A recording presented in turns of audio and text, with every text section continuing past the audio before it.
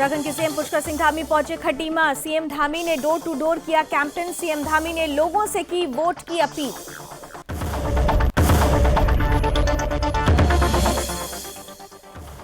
विधानसभा चुनावों को लेकर पार्टी प्रचार के लिए 5 फरवरी को कांग्रेस पार्टी की पूर्व अध्यक्ष राहुल गांधी करेंगे हरिद्वार का दौरा। राहुल किच्छा के किसानों के साथ करेंगे वर्चुअल संवाद।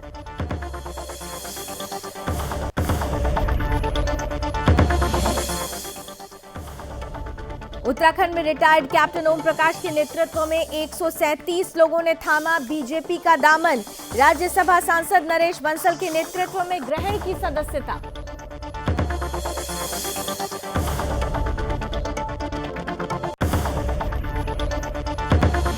सीएम पुष्कर सिंह धामी पहुंचे बाजपुर। सीएम धामी ने लोगों से की मुलाकात के दौरान सीएम ने की वोट की अपील।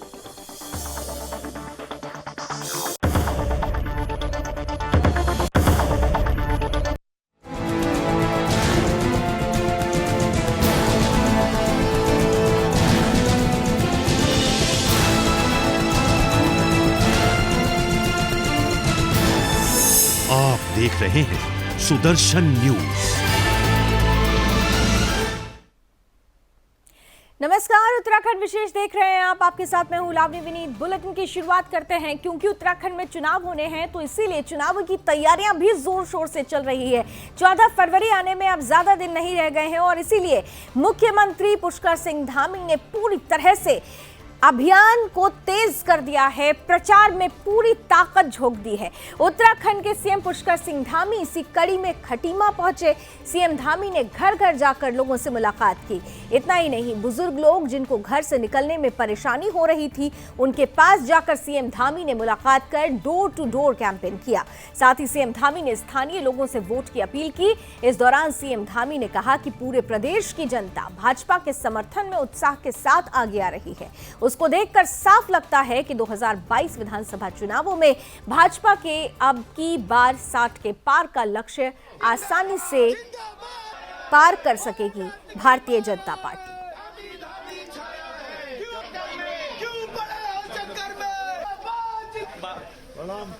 और हमारे साथ ब्यूरो चीफ कृष्णा कुमार सीधे जुड़ रहे हैं ज्यादा जानकारी के साथ। कृष्णा, सीधे आपके पास आते हुए खटीमा, जहां से चुनावी मैदान में ताल ठोक रहे हैं खुद मुख्यमंत्री पुष्कर सिंह धामी, आज डोर टू डोर कैंपेन किया। खासतौर से अगर खटीमा की बात की जाए तो खटीमा में उनकी लोकप्रियता हमने पहले भी देखी है। इस चुनावों में क्या खास नजर आ रहा है? इस बार क्या खास नजर आ रहा है? वो कौन सी ऐसी ताकत है जो लोगों के सीधे दिलों में जगह बना दे रही है पुष्कर सिंह धामी की? बिल्कुल लावनी, देखिए कल बहुत दिनों बाद मुख्यमंत्री पुष्कर सिंह धामी अपनी विधानसभा खटीमा में पहुंचे। खटीमा से ही मुख्यमंत्री तीसरी बार जो है चुनाव लड़ रहे हैं अपने चुनाव प्रचार प्रसार के लिए। काफ़ी दिनों से खटीमा की जनता एक तरीके से उनका वेट कर रही थी, इंतजार कर रही थी कि मुख्यमंत्री पुष्कर सिंह धामी कब हमारे पास आएंगे और हमारे क्षेत्र में आएंगे। लेकिन जब उनकी मौजूदगी वहाँ पर नहीं थी, लेकिन उनकी धर्मपत्नी पुष्कर मुझ तक नहीं पहुँच पा रही है। आपकी आवाज़ मुझ तक नहीं पहुँच पा रही है। कृष्णा को जरा फिर से जरा चेक करें कि उनकी आवाज़ हम तक नहीं पहुँच पा रही है। अब एक बार फिर से हम आपको बताते हैं, तस्वीरें जरा दिखाइए पैनल, कि विधानसभा चुनाव है और चुनाव में खटीमा से चुनावी ताल ठोकते हुए नजर आ रहे हैं पुष्कर सिंह धामी। और पुष्कर सिंह धामी आज खास तौर से देखिए, बारिश हो रही है, मौसम खराब है, बावजूद उसके इस प्रचार अभियान में पूरी तरह से ताकत झोंकते हुए पुष्कर सिंह धामी की देखिए ये उनकी खासियत है कि वो बच्चों से, महिलाओं से कनेक्ट करते हैं। डोर टू डोर कैंपेन करते हुए मुख्यमंत्री ने आज देखिए चुनाव प्रचार को ताकत भी दी है। बुजुर्गों से वो स्वयं जाके मिल रहे हैं, उनका हालचाल जान रहे हैं और साथ ही साथ इस चुनाव में एक बार फिर से कमल का फूल खिले, इसके लिए ताकत झोंकी जा रही है। कृष्णा, आपके पास आते हुए अभी आप मुझे सुन पा रहे हैं? बिल्कुल लावनी। कृष्णा, जरा फिर से शुरू करते हैं क्योंकि हम खटीमा की बात कर रहे हैं और खटीमा जो जगह है ये पुष्कर सिंह धामी के लिए बहुत दिल के करीब है। हमने यहाँ पर पुष्कर सिंह धामी की लोकप्रियता को देखा है। जब कभी भी वो यहाँ आते हैं तो लोगों से आसानी से कनेक्ट करते हैं, लेकिन इस बार का चुनाव बहुत रोचक हो रहा है। इस चुनाव में ऐसा कौन सा पॉइंट है खटीमा के पॉइंट ऑफ व्यू से, वो कौन सा केंद्र बिंदु है जो पुष्कर सिंह धामी की ताकत बनने वाला है, लोगों के दिलों में एक अलग जगह बनाने वाला है? बिल्कुल लावण्य, देखिए कल मुख्यमंत्री पुष्कर सिंह धामी काफ़ी दिनों बाद अपनी विधानसभा में पहुंचे हैं। कल देर रात से ही वो अपनी विधानसभा क्षेत्र में जो है चुनाव प्रचार प्रसार कर रहे हैं। हर एक व्यक्ति के पास वो जा रहे हैं, घर घर एक तरीके से कह सकते हैं डोर टू डोर माध्यम से वो प्रचार कर रहे हैं और अपने लिए और पार्टी के लिए वोट मांग रहे हैं। क्योंकि खटीमा से ही मुख्यमंत्री पुष्कर सिंह धामी तीसरी बार मैदान में जुटे हुए हैं। उनके सामने कांग्रेस के भी प्रत्याशी भुवन चंद कापड़ी है, जो पहले भी उनके सामने हार का सामना कर चुके हैं। इसके अलावा देखा जाए तो काफ़ी दिनों से एक तरीके से खटीमा की जनता मुख्यमंत्री पुष्कर सिंह धामी का इंतजार कर रही थी, क्योंकि प्रदेश में सिर्फ एक अकेले ऐसे स्टार प्रचारक है मुख्यमंत्री पुष्कर सिंह धामी, जो प्रदेश की प्रत्येक विधानसभा का दौरा कर रहे हैं और अपने पार्टी प्रत्याशियों के लिए प्रचार प्रसार करके उनके हक के लिए जब आम जनता से वोट की अपील कर रहे हैं। जिसके बाद देखा है कि मुख्यमंत्री कल देर शाम खटीमा पहुंचे, जहां पे उनके अनेक कार्यक्रमों में वो शामिल हुए। आज सुबह जब से उठे मुख्यमंत्री ने सबसे पहले पूजा अर्चना करी, जिसके बाद से वो अपनी विधानसभा क्षेत्र में निकले, डोर टू डोर माध्यम से देखिए प्रचार प्रसार कर रहे हैं। इस दौरान उनके साथ काफ़ी सैकड़ों की संख्या में जन सैलाब भी देखा जा रहा है, जो एक तरीके से हामी बढ़ता हुआ दिख रहा है। क्योंकि सुबह से ही हम देख सकते हैं कि बारिश लगातार हो रही है, मगर मुख्यमंत्री पुष्कर सिंह धामी का हौसला इतना हाई है कि मुख्यमंत्री पुष्कर सिंह धामी घर पर नहीं बैठ रहे हैं, कि मैदान में ही डटे हुए हैं। कोई भी घर ऐसा नहीं छोड़ रहे हैं कि जिस घर में मुख्यमंत्री ना पहुंचे हों। जिस घर में ज़्यादा ही बुजुर्ग लोग हैं, उस घर के अंदर वो खुद ही जा रहे हैं, उनसे आशीर्वाद ले रहे हैं, एक तरीके से दुआओं अपने साथ लेके चल रहे हैं। सभी बुजुर्गों से भी मिल रहे हैं और हर एक की उम्र के व्यक्ति से मुख्यमंत्री पुष्कर सिंह धामी मिलते हुए दिख रहे हैं। जो एक तरीके से भीड़ जो मुख्यमंत्री के साथ मौजूद है, वो बता रही है कि एक बार फिर उत्तराखंड जो है धामी के लिए हामी भरने के लिए तैयार है। बात अगर हम खटीमा की करें तो खटीमा में खास हामी भरने के लिए तैयार है, ठीक है। लेकिन यहाँ पर जिस हामी की आप बात कर रहे हैं, इसमें कोई दो राय नहीं है कि पुष्कर सिंह धामी जब भी खटीमा पहुंचते हैं और वहां के लोगों से जिस तरह से वो कनेक्ट करते हैं, यही उनको दूसरों से एकदम जुदा करता है और उनकी जीत को सुनिश्चित करता हुआ नजर आता है। लेकिन क्योंकि जैसा कि आपने भी बताया कि भुवन चंद कापड़ी सामने हैं, हालांकि हारे हुए हैं, लेकिन भुवन चंद कापड़ी ने अपनी उपस्थिति दर्ज कराने के लिए साम दाम दंड भेद पूरी तरीके से वो भी ताकत झोंकते हुए नजर आ रहे हैं। तो क्या आपको लगता है कि जो माहौल है वो बहुत ज्यादा टक्कर देगा एक दूसरे को, भुवन चंद कापड़ी की अगर दृष्टि से देखें तो? बिल्कुल, निश्चित तौर पर देखिए टक्कर जो हम कह सकते हैं वो आमने सामने है। क्योंकि कुछ समय पहले जब बात चल रही थी, जब मुख्यमंत्री पुष्कर सिंह धामी ने अपनी कमान नहीं संभाली थी मुख्यमंत्री पद के लिए, तो उस समय देखिए जो दावे हो रहे थे कांग्रेस की तरफ से कि खटीमा सीट से हमारी जीत जो है इस बार पक्की है। लेकिन जब से ही मुख्यमंत्री पुष्कर सिंह धामी ने प्रदेश की कमान संभाली है, वे लगातार जनता के बीच से युवा रहते हुए उन्होंने युवाओं के लिए जो जो काम किए, उससे युवा खासा प्रेरित है। जिस वजह से हम कह सकते हैं युवा नेतृत्व के भरोसे उत्तराखंड एक बार फिर चलने के लिए तैयार है। क्योंकि खटीमा में हमने देखा कि जिस तरीके से मुख्यमंत्री ने पहले भी पूरे प्रदेश में आम जनता के बीच में ही रहने खाने की कोशिश हमेशा करती हुई आई है, तो एक तरीके से वो जनता से खासा लगाव दिखाई देता है। जनता भी उसे काफ़ी एक तरीके से दुलारती है और बच्चे जब भी मुख्यमंत्री पुष्कर सिंह धामी को दिखाई देते हैं तो काफ़ी, कल की भी अगर हम बात करें और आज की बात करें तो विधानसभा क्षेत्र में जहां पर भी गए हैं तो काफ़ी बच्चे उनको दिखाई दिए हैं। तो मुख्यमंत्री पुष्कर सिंह धामी ने स्वयं अपनी गोद में लेकर बच्चों को प्यार से दुलारा है, उस सभी से बातचीत भी करी है। जिसके बाद हम देखा जा रहा है कि मुख्यमंत्री पुष्कर सिंह धामी के लिए एक तरफ सब हामी तो भर रहे हैं, लेकिन कई सीटें ऐसे भी है जो बीजेपी के लिए एक तरीके से मुसीबत खड़ी कर रही है। क्योंकि खुद मुख्यमंत्री पुष्कर सिंह धामी कुछ समय पहले तक लगभग सुनने में आ रहा था कि 18 से 19 गाँव ऐसे जहाँ पर एक तरफा वोट जो है कांग्रेस को मिल सकता है। लेकिन मुख्यमंत्री पुष्कर सिंह धामी ने काफ़ी हद तक ये डैमेज जो है कंट्रोल कर लिया है, खटीमा में रह के खटीमा में कहीं सौगात देकर। क्योंकि खुद केंद्रीय सड़क मंत्री नितिन गडकरी जो है वो खटीमा में पहुंचे थे जन विश्वास यात्रा में, जहाँ से उन्होंने कई सौगात जो है वो खटीमा क्षेत्र को दिए। क्योंकि खटीमा क्षेत्र की अगर हम बात करें तो देहरादून से खटीमा पहुंचने में पहले 12 से 13 घंटे लगते थे, जो महज अब दूरी 6 से घंटे में लोग पूरी कर ले रहे हैं। तो जिस वजह से एक बार फिर मुख्यमंत्री पुष्कर सिंह धामी पे हामी भरने के लिए तैयार जनता दिखाई दे रही है। अब इंतजार एक तरीके से 10 मार्च का लोग कर रहे हैं कि कब मतदान के बाद कब नतीजे निकलेंगे। क्योंकि उत्तराखंड जो है एक बार पहले से ही उत्तराखंड के मुख्यमंत्री पुष्कर सिंह धामी को मानता हुआ दिख रहा है। लावनी, बिल्कुल, एक बार फिर से जो अभी चुनावी जो माहौल बना हुआ है उसमें पुष्कर सिंह धामी को मांगता हुआ नजर आ रहा है।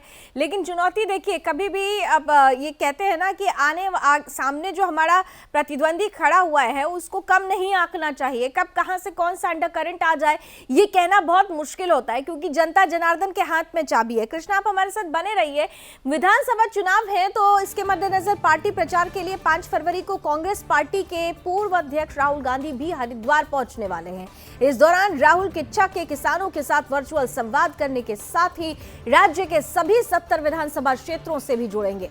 साथ ही वो गंगा आरती में भी भाग लेंगे। हालांकि अभी आधिकारिक रूप से उनका कार्यक्रम जारी नहीं हुआ है।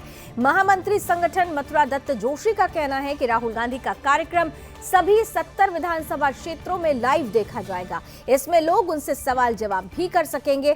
मुख्य कार्यक्रम हरिद्वार के ज्वालापुर क्षेत्र स्थित नेहरू युवा केंद्र में आयोजित किया जाएगा। जोशी ने कहा कि जिला प्रशासन से रोड शो के लिए भी अनुमति मांगी गई। अगर अनुमति मिल जाती है तो वर्चुअल सभा के बाद एक रोड शो का भी आयोजन किया जाएगा। इधर प्रदेश प्रभारी देवेंद्र यादव का कहना है कि राहुल का ये दौरा भी निश्चित तौर पर मुद्दों के समाधान की दिशा में बड़ा कदम होगा। 14 फरवरी को उत्तराखंड में विधानसभा चुनाव होने हैं। 10 मार्च को चुनाव के नतीजे आ जाएंगे। बहुत दिलचस्प हो रहा है मुकाबला। कृष्णा, अभी तक हम देखिए इंतजार ही कर रहे थे। कल हमने इस विषय पर बात भी की थी कि प्रधानमंत्री नरेंद्र मोदी की जो वर्चुअल रैली का कार्यक्रम है वो क्लियर आउट हो चुका है। कांग्रेस की तरफ से बड़े चेहरे कब निकलेंगे? तो देखिए, राहुल गांधी का जो मच अवेटेड दौरा है वो हरिद्वार से शुरू हो रहा है। कितना रंग भर सकता है कांग्रेस के कार्यकर्ताओं में ये दौरा, खासतौर से राहुल गांधी का, क्योंकि इंतजार हो रहा था कि पहाड़ों पर हरीश रावत जी ही क्या अकेले मोर्चा संभालने वाले हैं या फिर बड़े चेहरे आएंगे। राहुल गांधी से शुरुआत कर दी गई है। हालांकि अभी मैनिफेस्टो भी प्रियंका गांधी ने कुछ दिन पहले उन्होंने कांग्रेस का मैनिफेस्टो सामने रखा था, लेकिन राहुल का इंतजार हर कोई कर रहा था।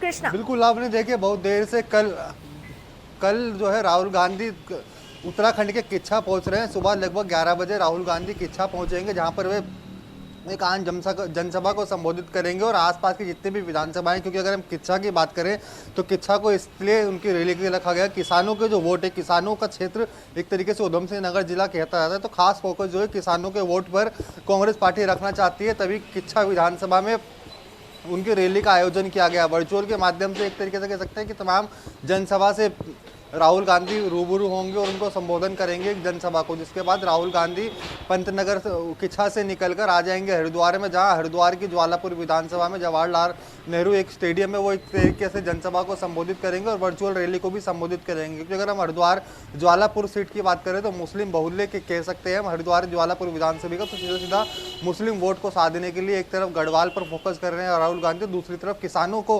मनाने के लिए और अपनी पार्टी के पक्ष में लाने के लिए, मतदान करने के लिए, अपील करने के लिए किच्छा पहुंच रहे हैं। तो ये राहुल गांधी के कल के ये दो दौरे, एक गढ़वाल में और एक कुमाऊं में, बहुत ही अहम माने जा रहे हैं, क्योंकि कांग्रेस काफ़ी समय से इंतजार कर रही थी कि राहुल गांधी हमारे क्षेत्र में आए और प्रचार प्रसार करे, पार्टी के लिए वोट मांगे। अब देखना दिलचस्प होगा कि राहुल गांधी के दौरे को लेकर जो कांग्रेस कर रही है एक सफल होगा, एक शक्ति प्रदर्शन के रूप में कांग्रेस इसको मनाना चाह रही है। कितना सफल सामने होता है ये कल देखने को मिल पाएगा। लावनी, क्या एक ही दौरा भी है या फिर आगे का कुछ कार्यक्रम पता चल पा रहा है?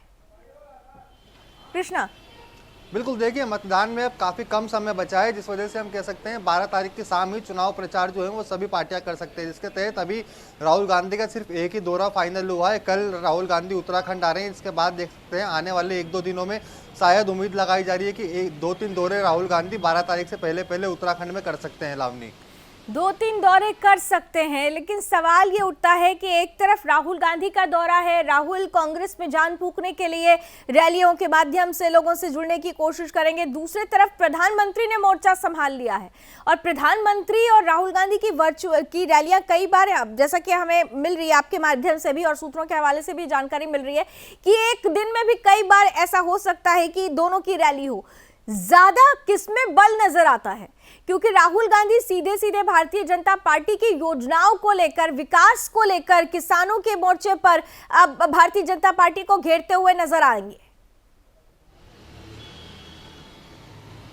बिल्कुल लावनी, देखिए अगर हम बात करें प्रधानमंत्री नरेंद्र मोदी की, तो उनकी आज से जो वर्चुअल जनसभा है वो अल्मोड़ा से शुरू होने जा रही थी, लेकिन बारिश जो है वो कहीं ना कहीं बीच में ही खलल डाल रही है, जिस वजह से आज रैली प्रधानमंत्री की नहीं हो पाई है। वो वर्चुअली जनसभा संबोधित नहीं कर पाए। भाजपा ने कल देर रात ही उनका कार्यक्रम जो है स्थगित कर दिया था और ताज़ा जानकारी के अनुसार आने वाले 1-2 दिनों में ही कोई कार्यक्रम तय हो सकता है प्रधानमंत्री की रैली का, क्योंकि अल्मोड़ा की लोकसभा की बात करें तो वो प्रधानमंत्री नरेंद्र मोदी से फिलहाल छूट गई है। परसों की अगर बात करें तो वो पौड़ी, उसके बाद टिहरी, फिर हरिद्वार और नैनीताल में प्रधानमंत्री की वर्चुअल रैली होगी। लेकिन राहुल गांधी की एक तरीके से देखिए जो रैली पे फोकस किया जा रहा है, कांग्रेस को बड़ी मुश्किल से ही राहुल गांधी ने समय दिया है उत्तराखंड आने का, तो उसका इंतजार एक तरीके से कांग्रेस कार्यकर्ताओं का था। अब किस तरीके से राहुल गांधी आगे संबोधन करेंगे, किसानों को लेकर सरकार पर हमला बोलेंगे, केंद्रीय सरकार पर हमला बोलेंगे, उत्तराखंड में 4 धाम को लेकर जो सरकार ने काम किए हैं उस पर भी एक बार फिर राहुल गांधी बेफुजल हमला जो है वो केंद्र सरकार और राज्य सरकार पर बोल सकते हैं। लेकिन लगातार कयास लगाए जा रहे हैं कि, और बीजेपी का भी कहना है कि राहुल गांधी का दौरा पूरा का पूरा असफल होने की संभावनाएं जो है वो पहले से ही बीजेपी उस पर तंज कसना शुरू कर दिया है। लेकिन अब यही कल तक का इंतजार करना पड़ेगा कि देखना पड़ेगा राहुल गांधी की रैली में कितना हुजूम चलता है, क्योंकि राहुल गांधी की एक रोड शो के लिए भी परमिशन जो है वो चुनाव आयोग से मांगी गई है। क्या चुनाव आयोग इनको परमिशन देगा या नहीं देगा, ये सब देखा जाएगा। लावनी, सबसे बड़ी बात यह है कि अब कांग्रेस की अगर बात की जाए तो कांग्रेस के कार्यकर्ताओं में जान फूंकना, यहाँ पर हरीश रावत की पैन प्रेजेंटेशन पर हम लोग पहले ही बात कर चुके हैं। आपने भी बताया कि ठीक है, हरीश रावत एक लोकप्रिय चेहरा रहे हैं, लेकिन इस बार कई ऐसी चीजों को हमने देखा है कि कांग्रेस के कई लोकप्रिय चेहरे भारतीय जनता पार्टी में चले गए, भारतीय जनता पार्टी के कुछ चेहरे अब कांग्रेस में आए हुए हैं, उधर आम आदमी पार्टी ने भी ताल ठोक रखी है। तो कांग्रेस के लिए, खास तौर से राहुल गांधी के लिए, अपने कार्यकर्ताओं को विश्वास में लेना, ये क्या पहली चुनौती हो जाएगी और ये कितनी जरूरत है कांग्रेस की इस समय? बिल्कुल, देखिए आए दिन प्रत्येक विधानसभा से कांग्रेस कार्यकर्ता जो है वो कांग्रेस पार्टी से रूट कर भाजपा का दामन थाम रहे हैं। चाहे किसी भी दिन की हम बात कर लें, आचार संहिता लगने से पहले और आचार संहिता लगने के बाद से लेकर आज तक लगातार जो है कांग्रेस छोड़कर भाजपा का दामन सभी कांग्रेस के कार्यकर्ता जो है वो लगातार थाम रहे हैं। आज भी कुछ कार्यकर्ताओं ने कांग्रेस छोड़कर बीजेपी का दामन थामा है। तो कांग्रेस में जो है रूठने मनाने का सिलसिला तो देखिए लगातार जारी है, क्योंकि कुछ समय पहले अखिल अहमद नाराज हो गए थे कांग्रेस से, उन्होंने बगावत मुस्लिम सेवा संगठन से चुनाव लड़ने का ऐलान कर दिया था। लेकिन उनको मनाने के लिए कांग्रेस इतनी मजबूर हो गई कि उन्हें मुस्लिम यूनिवर्सिटी की हामी तक भरनी पड़ी है। तो कांग्रेस देखिए कार्यकर्ताओं को समेटने के लिए इस टाइम काफी मजबूर हो चुकी है, जो उत्तराखंड के हक के लिए नहीं है। हालांकि कृष्णा, बड़ा हास्यास्पद है, अकील अहमद जब हमारे साथ कल कार्यक्रम में जुड़े हुए थे, आप भी उस कार्यक्रम का हिस्सा थे सत्ता के महासंग्राम में, उसमें तो उन्होंने स्पष्ट रूप से वो अपनी बात से पलट गए थे। उन्होंने कहा कि ऐसी कोई बात नहीं है, जबकि तमाम बातें रिकॉर्डेड हैं और हरीश रावत का नाम लिया गया था। तो ऐसे में अब ये कहा जा रहा है कि हरीश रावत की हामी जो होती है दरअसल कहीं ना कहीं से आला कमान की हामी होती है। तो क्या मुस्लिम यूनिवर्सिटी और मुस्लिमों को रिझाने के लिए, तुष्टीकरण की राजनीति के लिए भी क्या राहुल गांधी की कोई खास स्ट्रैटेजी कल हो सकती है? बिल्कुल, निश्चित तौर पर संभावनाएं लगाई जा रही है कि राहुल गांधी जो है धार्मिक कट्टरपंथी को बढ़ावा देने के लिए कोई ना कोई अपना भाषण दे सकते हैं, जनता को संबोधित कर सकते हैं। क्योंकि राहुल गांधी को फोकस करके एक तरीके से हरिद्वार की ज्वालापुर विधानसभा में उनका जो रैली स्थल है उसका आयोजन वहां पर किया गया है, वहां से वो जनता को संबोधन करेंगे। तो जाहिर सी बात है, देखिए अगर ज्वालापुर विधानसभा की बात करेंगे तो मुझसे बराबर में ही लगा वो रुड़की विधानसभा क्षेत्र आ जाता है, कलियर दरगाह आ जाती है, जो पूरी मुस्लिम बहुल उसको हम कह सकते हैं। काफ़ी सैकड़ों की संख्या में, हजारों की संख्या में वहाँ पे मुसलमान रहते हैं, तो उन सबके जुटने की आशंका हो जाती है। क्योंकि हमने प्रदेश में कोई भी कांग्रेस की रैली देखी है तो वहाँ पे मुस्लिम कांग्रेस कार्यकर्ता जो है बढ़ चढ़कर पहुंचते हैं। क्योंकि कुछ दिनों पहले प्रियंका गांधी देहरादून आई थी, तब भी हरिद्वार से, नजीमाबाद से तमाम ऐसे मुस्लिम नेता हैं जो प्रियंका गांधी को देखने पहुंचे थे। तो इस तरीके से हम देख सकते हैं मुस्लिमों का दल लेकर कांग्रेस जो है वो उत्तराखंड में चल रही है, और उन्हीं के वोट साधने के लिए मुस्लिमों के और किसानों के, जो किसान एक तरीके से भारतीय जनता पार्टी से रूठे हुए हैं, केंद्र की नीतियों से रूठे हुए हैं, तो उनको अपने पक्ष में साधने के लिए कल राहुल गांधी की ये 2 रैलियां जो है, एक गढ़वाल के हरिद्वार में और एक कुमाऊं के किच्छा में, उसका आयोजन किया जा रहा है। लावनी, गढ़वाल और कुमायूं का आपने जिक्र कर दिया है इस बार, क्योंकि आप लगातार ग्राउंड पर उतर रहे हैं, इसलिए कृष्णा मैं आखिरी सवाल अब आपसे करती हूँ कि चाहे गढ़वाल का क्षेत्र हो या फिर कुमाऊं का क्षेत्र हो, दोनों ही क्षेत्रों में हम ये देख रहे हैं कि भारतीय जनता पार्टी की लोकप्रियता की ग्राफ में बढ़ोतरी हुई है। ऐसे में राहुल गांधी का चुनावी रैलियों के माध्यम से लोगों के संवाद का जो सिलसिला शुरू होगा, क्या इसका कोई असर पड़ेगा? क्योंकि सोई हुई कांग्रेस को जगाना है, जो बैकफुट पे चली गई है कांग्रेस, उसे फ्रंट फुट पर लेकर आना है। ये बड़ी जिम्मेदारी राहुल गांधी के कंधे पर है। प्रियंका गांधी तो उत्तर प्रदेश में बिजी हैं, लेकिन राहुल गांधी की जिम्मेदारी उत्तराखंड को लेकर और पंजाब को लेकर बढ़ जाती है, जिसमें भी पंजाब में जो स्थितियां हम बात करेंगे बाद में, लेकिन बात उत्तराखंड की हो रही है। तो उत्तराखंड की जिम्मेदारी को किस तरीके से राहुल गांधी संभालते हुए नजर आएंगे? गढ़वाल और कुमायूं दोनों क्षेत्रों की अगर मैं बात करूं तो कृष्णा, देखिए, अगर हम बात करें लावनी, उत्तराखंड के गढ़वाल और कुमाऊं की, तो इन दोनों एक तरीके से क्षेत्रों में आपसी नेताओं में कभी संबंध अच्छे नहीं बैठ पाए, क्योंकि हमने पूर्व में रही कांग्रेस सरकार में देखा कि हमेशा जो भी मुख्यमंत्री रहा है वो लगातार कुमाऊं क्षेत्र से आया, जिस वजह से कांग्रेस में एक तरीके मतभेद का दौर जारी था। और इस बीच देखिए, पिछली कांग्रेस सरकार में भी सबसे ज़्यादा मंत्री जो है वो कुमाऊं क्षेत्र से रहे थे, तो कुमाऊं में एक तरीके से खासी बंटवारा और मतभेद जो है वो कांग्रेस में हमेशा देखने को मिला है। तो गढ़वाल में भी ठीक इसी तरह है। तो बीजेपी ने इसको डैमेज कंट्रोल किया था 2017 में। आधे मंत्री जो है वो गढ़वाल के बनाए थे और आधे मंत्री जो है कुमाऊं के बनाए थे। कुछ इस तरीके से उन्होंने अपना मंत्रिमंडल तैयार किया था। और मुख्यमंत्री अपना पहले की अगर हम बात करें मुख्यमंत्री त्रिवेंद्र सिंह रावत की, तो वो गढ़वाल से चुने गए थे। जिसके बाद मुख्यमंत्री तीरथ सिंह रावत की बात करें तो उनको भी गढ़वाल से मौका मिला गया था। लेकिन जब एंड टाइम पे तीसरे मुख्यमंत्री के परिवर्तन की बात आई तो बीजेपी ने सीधा कुमाऊं और गढ़वाल के डैमेज कंट्रोल करने के लिए सीधा कुमाऊं के खटीमा से मुख्यमंत्री पुष्कर सिंह धामी को युवा नेतृत्व और उन पर भरोसा करते हुए प्रदेश की कमान सौंपी है। तब से ही कांग्रेस के लिए एक तरीके से मुश्किलों का सामना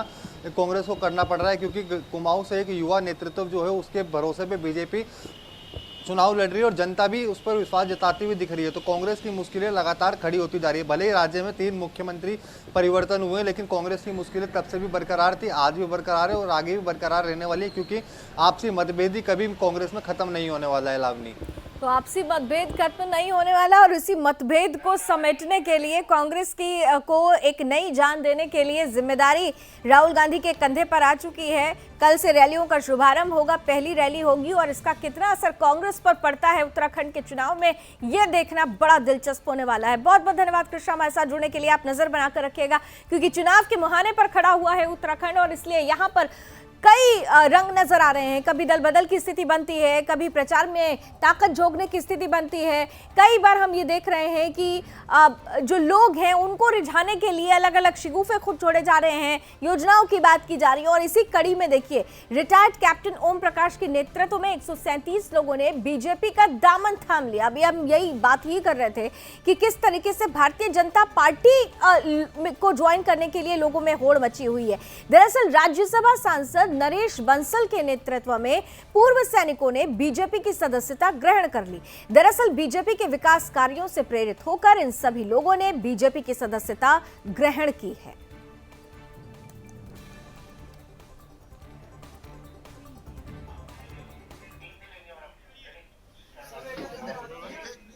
उधर उत्तराखंड के सीएम पुष्कर सिंह धामी बाजपुर भी पहुंचे, जहां सीएम धामी का लोगों ने जोरदार स्वागत किया। इस दौरान सीएम धामी ने स्थानीय लोगों से मुलाकात की और साथ ही सीएम ने स्थानीय लोगों से जनता से वोट की अपील की। उत्तराखंड विधानसभा चुनावों में भारतीय जनता पार्टी बूथ स्तर पर चुनावी मैदान से जुड़ चुकी है, जिसके तहत भारतीय जनता पार्टी के स्टार प्रचारक और उत्तराखंड के मुख्यमंत्री पुष्कर सिंह धामी बाजपुर में चुनाव प्रचार कर रहे हैं। इस दौरान मुख्यमंत्री पुष्कर सिंह धामी ने कहा कि प्रदेश भर में भाजपा का माहौल दिखाई दे रहा है और बाजपुर में भी लोगों में भाजपा के लिए काफी जोश है। साथ ही उन्होंने कहा कि इस बार उत्तराखंड में भारतीय जनता पार्टी 60 सीटों से अधिक विधानसभा में जीत हासिल करेगी।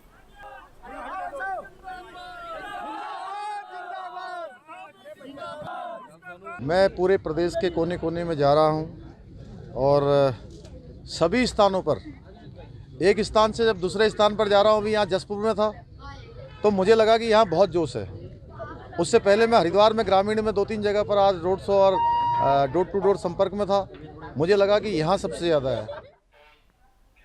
कांग्रेस के स्टार प्रचारकों का उत्तराखंड दौरा अब तेज हो चुका है। विधानसभा चुनाव के प्रचार के लिए बहुत कम समय बचा है और इसी कड़ी में मध्य प्रदेश के पूर्व मुख्यमंत्री दिग्विजय सिंह भी पत्रकार वार्ता कर केंद्र सरकार पर जमकर हमला बोलते हुए नजर आए हैं। इस दौरान उनके साथ उत्तराखंड कांग्रेस के मुख्य पर्यवेक्षक मोहन प्रकाश और राष्ट्रीय प्रवक्ता गौरव वल्लभ भी मौजूद रहे।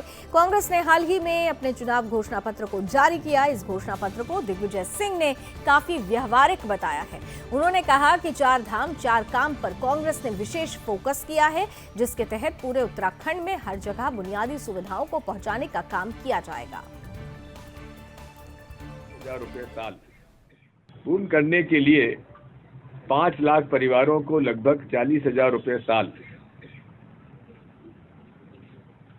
का डायरेक्ट पैसे उनके खाते में डालने की जो योजना है, और साथ में उत्तराखंड के दूर दराज पहाड़ी क्षेत्रों में जो चिकित्सा स्वास्थ्य सेवाओं की बेहतरीन व्यवस्था के लिए जो उन्होंने प्रयास किया है, साइकिल एम्बुलेंस, मोटरसाइकिल एम्बुलेंस का उन्होंने कल्पना की है। ड्रोन से दवाइयाँ पहुंचाने का प्रयास किया, टेलीमेडिसिन का योजना है। साथ में यदि आप देखेंगे कि उत्तराखंड के बहुत सारे लोग आज दिल्ली में रोजगार पा रहे हैं,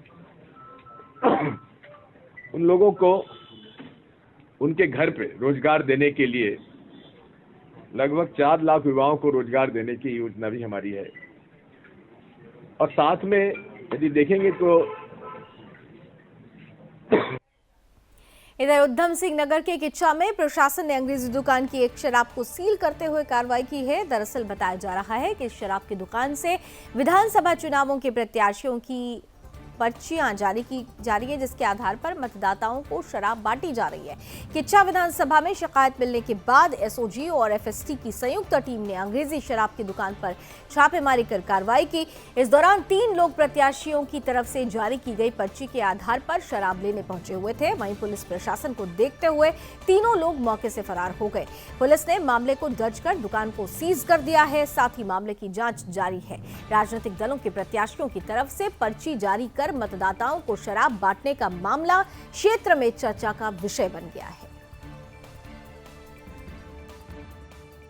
मूवी की सूचना पर हमारे जिले की एसओजी टीम को सूचना मिलती है कि यहाँ कुछ राजनीतिक पार्टी को पर्ची पर शराब दी जा रही है।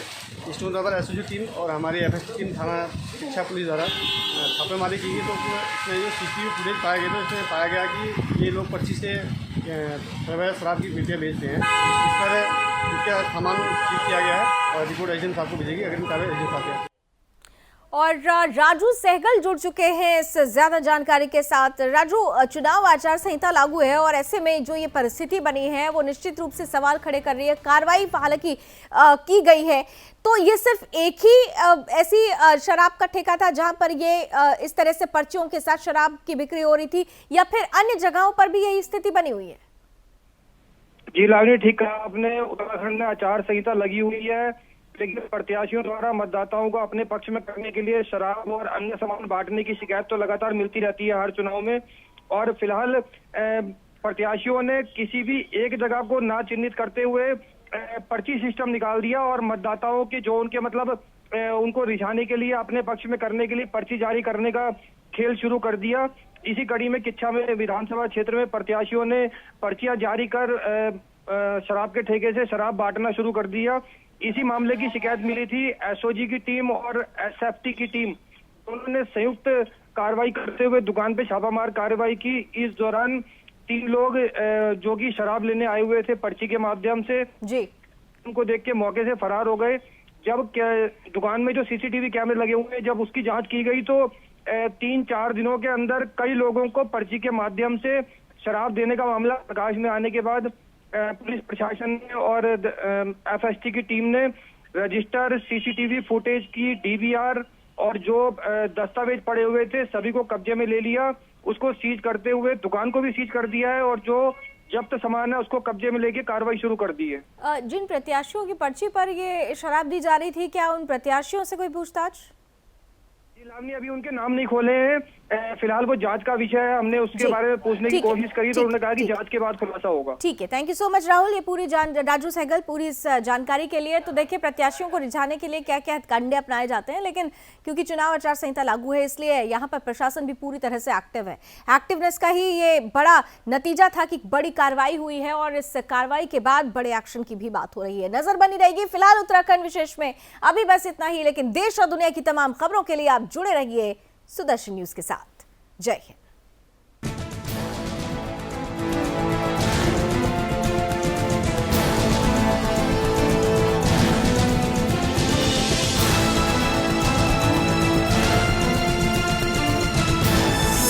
आप देख रहे हैं सुदर्शन न्यूज।